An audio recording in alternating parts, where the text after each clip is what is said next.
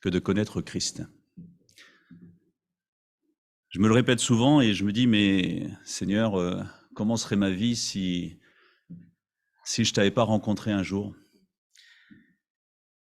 Et rien que pour ça, dans la semaine, j'ai envie de louer, d'adorer Dieu, de me dire, et avec cette peur parfois de dire, mais si je l'avais pas connu, c'est quelle joie et quel privilège.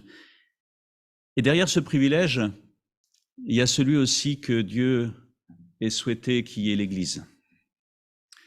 Comme vous le savez, cette année, on reviendra régulièrement sur l'Église. Pourquoi l'Église? Qu'est-ce que l'Église? Pourquoi Dieu a voulu qu'il y ait l'Église? Est-ce qu'on aurait pu vivre sans? À la limite, pourquoi pas? Et tous ces messages ont pour but, en fait, de profiter pleinement de ce pourquoi Dieu a créé l'Église. De ne pas passer à côté de certains éléments, de certaines choses que Dieu a voulu en mettant en place l'Église. Alors quand je parle de l'Église, je parle de l'Église à double titre. L'Église avec un grand E, l'Église universelle, mais aussi l'Église locale, parce qu'elle est aussi voulue par Dieu. On le voit à travers les différentes épîtres que Dieu a permis que Paul et d'autres écrivent. Comme vous le savez, la semaine dernière, j'ai fait une introduction sur le livre de l'Apocalypse. Merci d'ailleurs à Rachel d'avoir repris quelques versets d'un livre qui est très riche, parfois très mal connu, parce qu'il est rempli d'encouragements. Alors oui, il n'y a pas que des encouragements. Selon la manière dont on le regarde, et je dirais selon le camp auquel on appartient. En fait, l'Apocalypse, c'est un livre qui s'adresse à ceux qui ont placé leur confiance en l'Éternel. Et Dieu est un peu en train de leur dire, oui, c'est pas facile, mais moi, je veux vous donner quelque chose de beau. Et le livre de l'Apocalypse, il commence par des lettres envoyées aux églises. Parce qu'il s'adresse aux églises, il s'adresse à son peuple. Et j'aimerais avec vous, ce matin, m'arrêter sur la première lettre, première église, Éphèse. Je vous propose quelques lectures. Donc, avant de lire ce qui est dit à l'église d'Éphèse, juste deux versets que je rappelle, que nous avons déjà abordés la semaine dernière. Le verset 3 du chapitre 1, « Heureux ». Un livre qui commence par « heureux » me donne envie de continuer.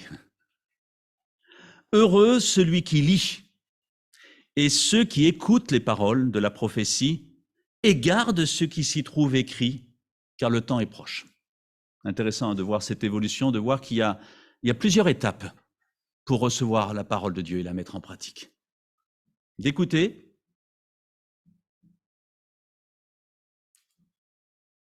lire, écouter et garder. Et puis un peu plus loin, au verset 6, il nous est dit, à celui qui nous aime, dès la fin du verset 5, qui nous a délivrés de nos péchés par son sang. Il replace le privilège qui est le nôtre et qui a fait de nous un royaume des sacrificateurs pour Dieu, son Père. À lui la gloire et le pouvoir au siècle des siècles. Amen. L'auteur s'intéresse à chaque chrétien à travers ce livre de l'Apocalypse.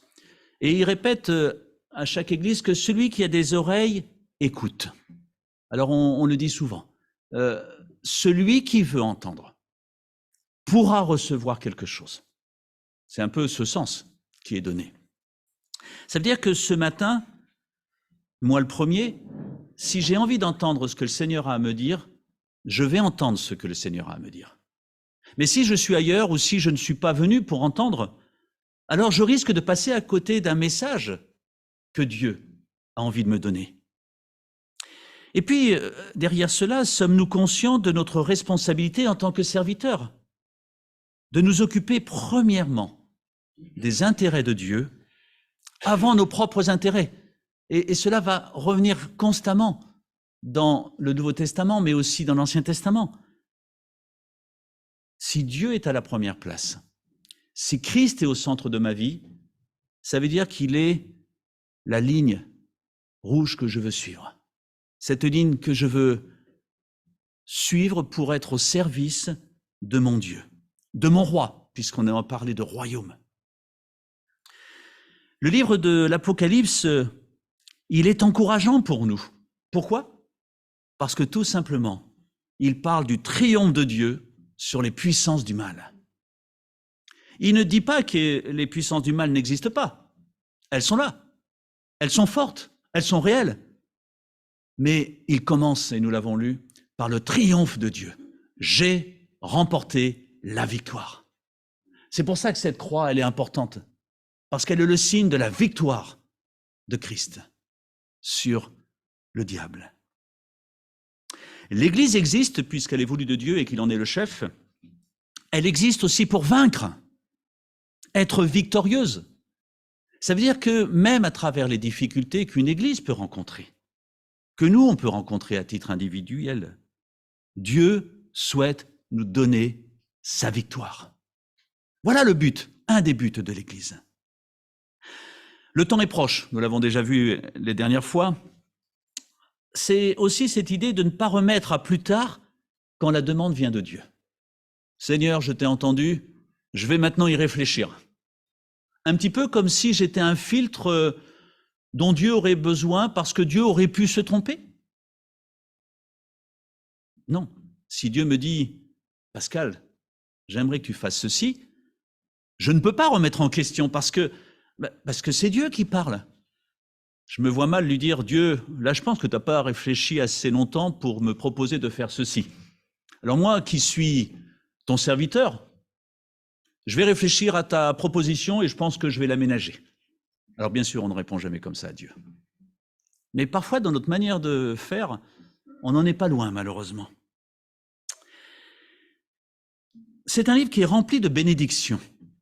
Alors, qui a envie de bénédictions dans cette salle? Moi, j'en ai envie parce que des bénédictions, ça fait du bien. La bénédiction s'adresse à celui qui lit, à ceux qui entendent et qui vont observer le message. 3 étapes. Venir pour écouter, c'est-à-dire faire cet effort de dire j'ai envie de venir entendre quelque chose. Et puis entendre ce qui est dit, c'est-à-dire je vais prêter attention. Qu'est-ce que tu attends de moi, Dieu? Et ensuite appliquer ce qui nous est demandé. Parce qu'on est conscient que c'est Dieu qui nous parle. Les 7 églises.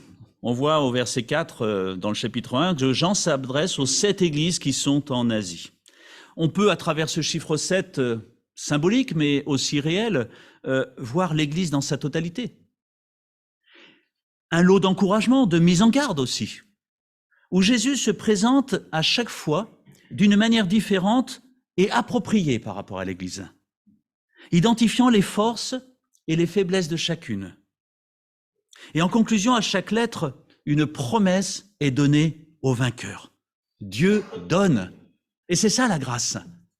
Bien sûr, on peut voir ces lettres aux églises comme faut pas faire ceci, c'est pas bien ce que tu fais. Mais on peut la voir aussi en disant parce que je t'aime, j'aimerais que tu puisses profiter pleinement de ce pourquoi tu es une église. Et cela sera assez flagrant dans le premier exemple qui nous est donné. Romains 8, 37, mais dans toutes ces choses, nous sommes plus que vainqueurs par celui qui nous aime. Par celui qui nous aime. Voilà la base. Voilà ce qui change tout. Et plusieurs fois, il dit, je sais, je connais.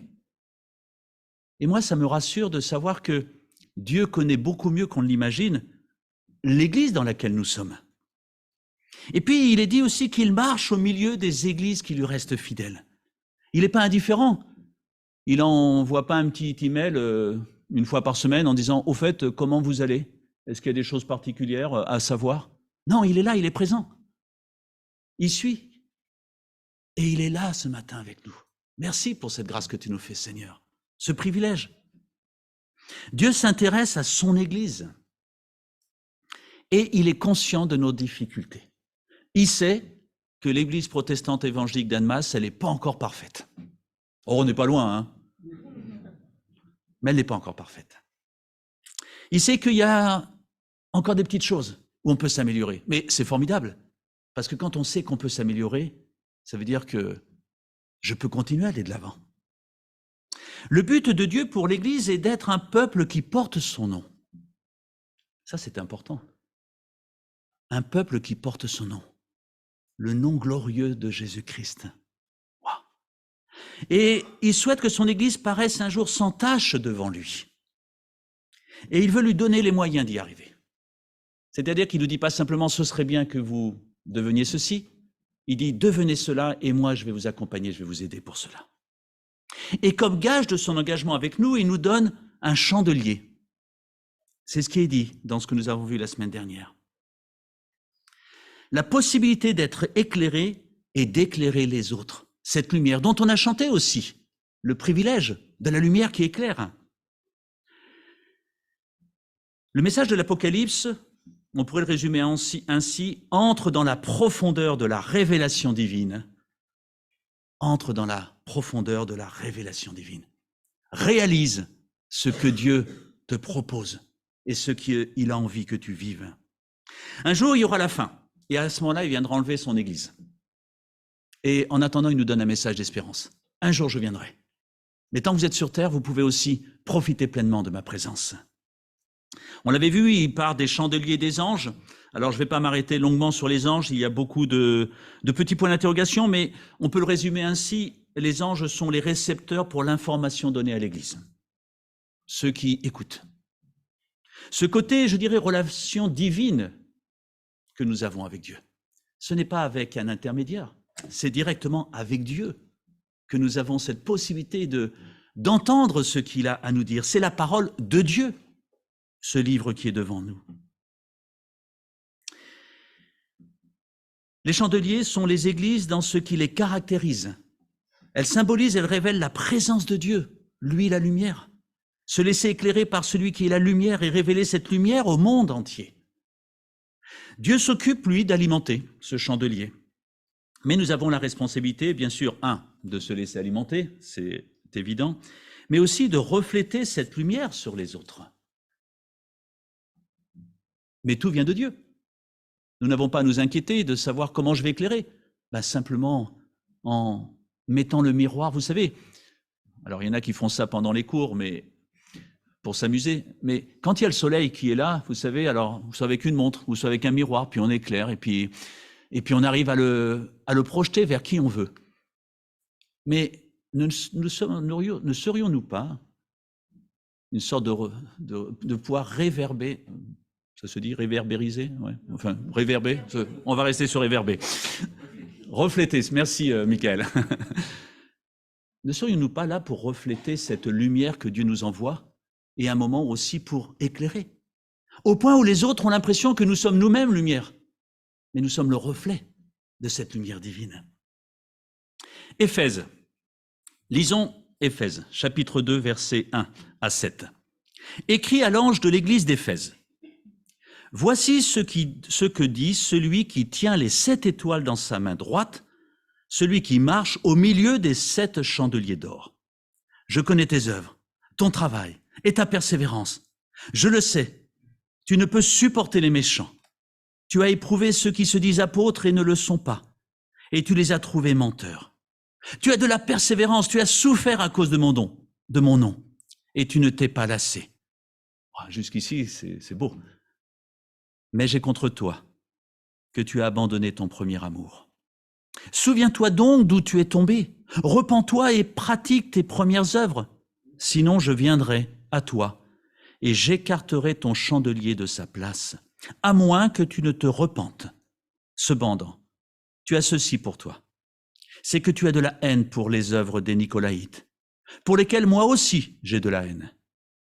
Que celui qui a des oreilles écoute ce que l'Église dit aux églises, que l'Esprit dit aux églises. Au vainqueur, je donnerai à manger de l'arbre de vie qui est dans le paradis de Dieu.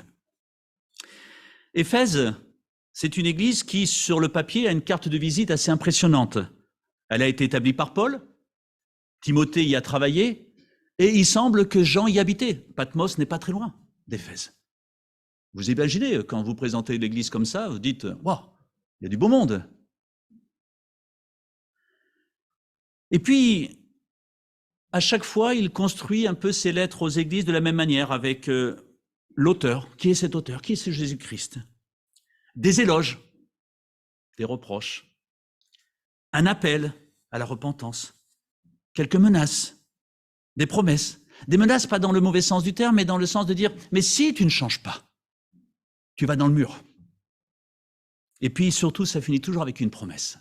Et c'est ça que je trouve intéressant dans ces épîtres, c'est que, dans ces lettres, c'est que il y a cette promesse. Il y a toujours une promesse de Dieu, parce que Dieu ne veut pas que nous tombions, ne veut pas qu'on s'éloigne de lui, mais qu'on profite pleinement ce qu'il a créé pour nous. Héritier du grand roi. L'auteur. Tenir les 7 étoiles. Il tient les 7 étoiles dans sa main droite.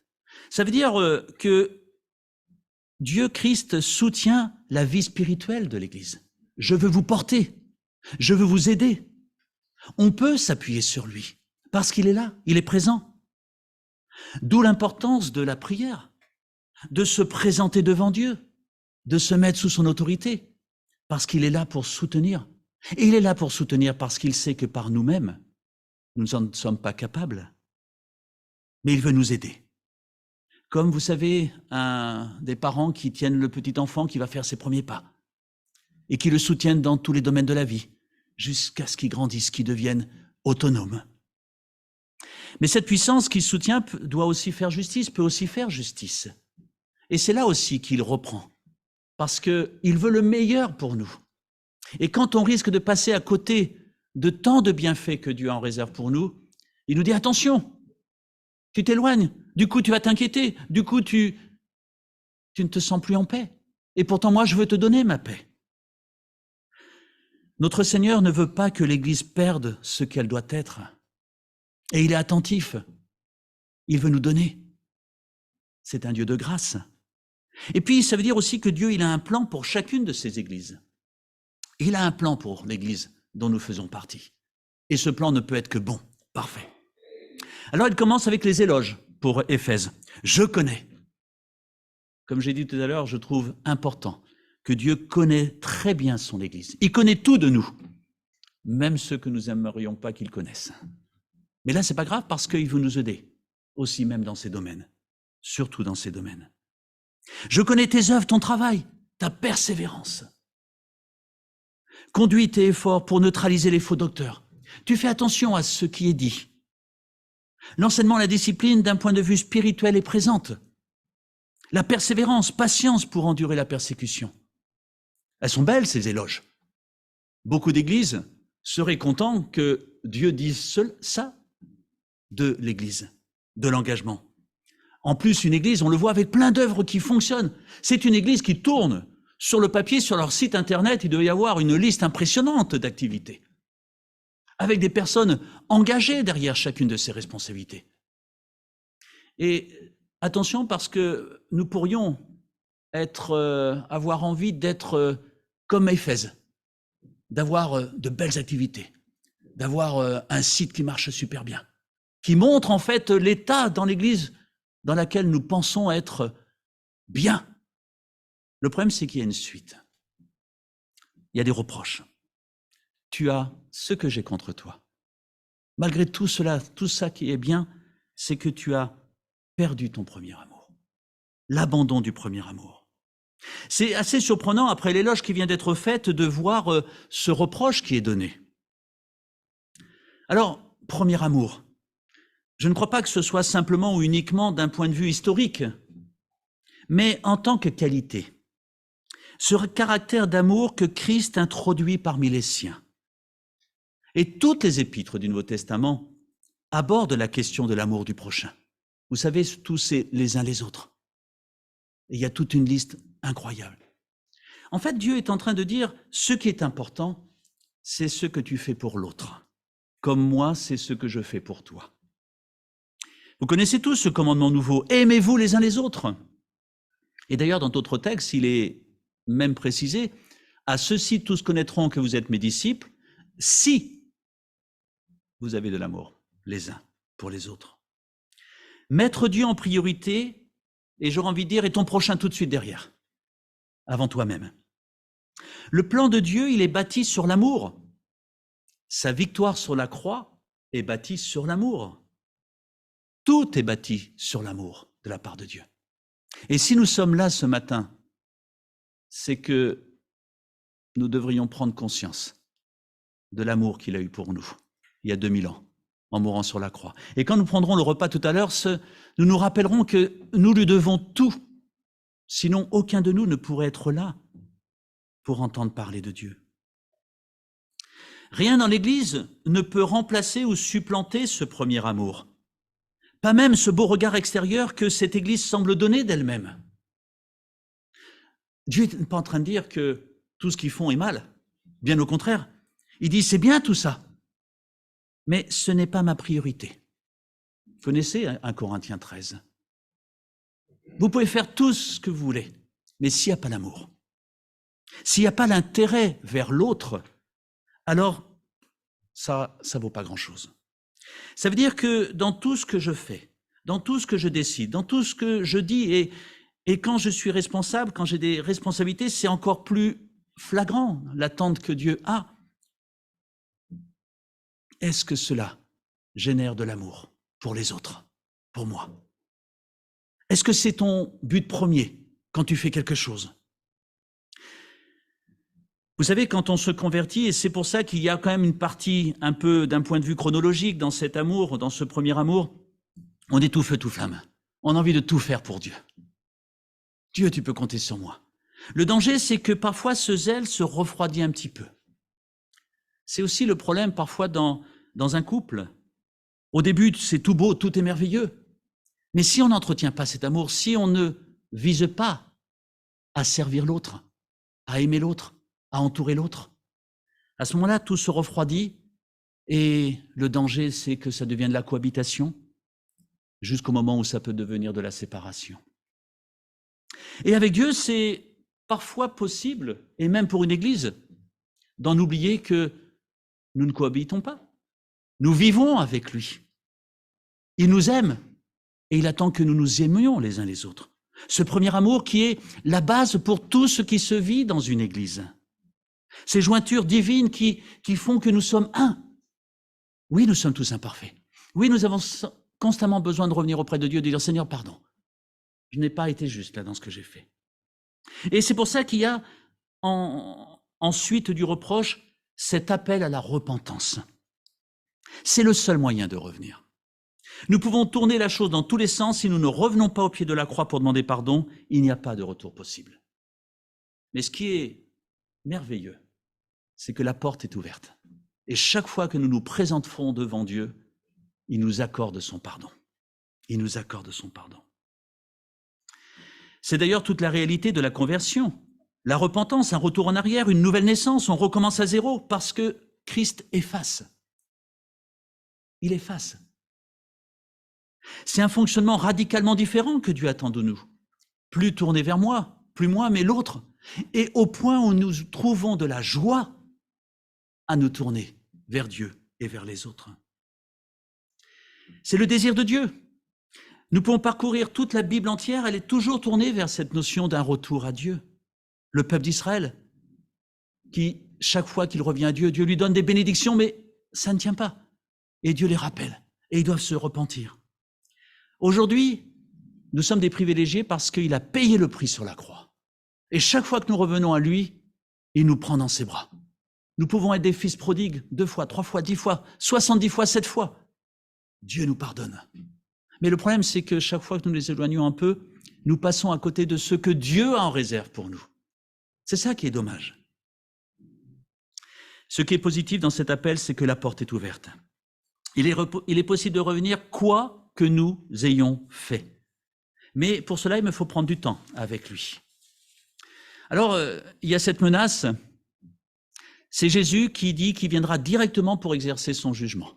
Si tu ne te repens pas, je vais enlever ton chandelier. Dieu veut retirer le chandelier, c'est-à-dire la vocation de l'Église.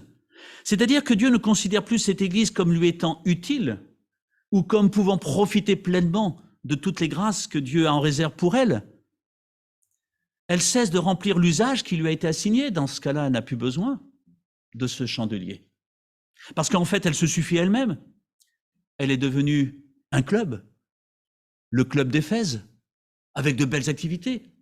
Mais la différence entre un club et une église, c'est que l'église de Dieu y a mis son chandelier pour briller, pour donner quelque chose que les autres ne peuvent pas donner, que nous ne pouvons pas donner, mais que nous pouvons avoir dans la relation privilégiée avec Dieu. Et le danger, il est réel. On peut tellement être pris par plein de choses. Et nous devrions toujours plus, moi le premier, quand on réfléchit à quelque chose, quand on a envie de faire quelque chose, Seigneur, est-ce pour toi? Est-ce pour les autres? Ou est-ce pour moi? Ou est-ce parce que moi j'ai envie que ce soit comme ça? Est-ce que je suis capable, moi le premier, à me remettre en question? De dire peut-être que Dieu aimerait autre chose que ce que moi j'ai envie? Quel est mon but dans l'Église? Servir Dieu? Manifester ce premier amour parce que je réalise l'amour que Dieu a pour moi.